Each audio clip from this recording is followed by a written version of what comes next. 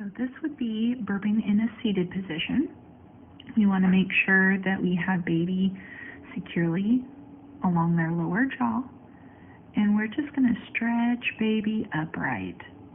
So think about it, they're always in a curled position, and we can definitely help them stretch that spine, and that helps gas bubbles work their way up.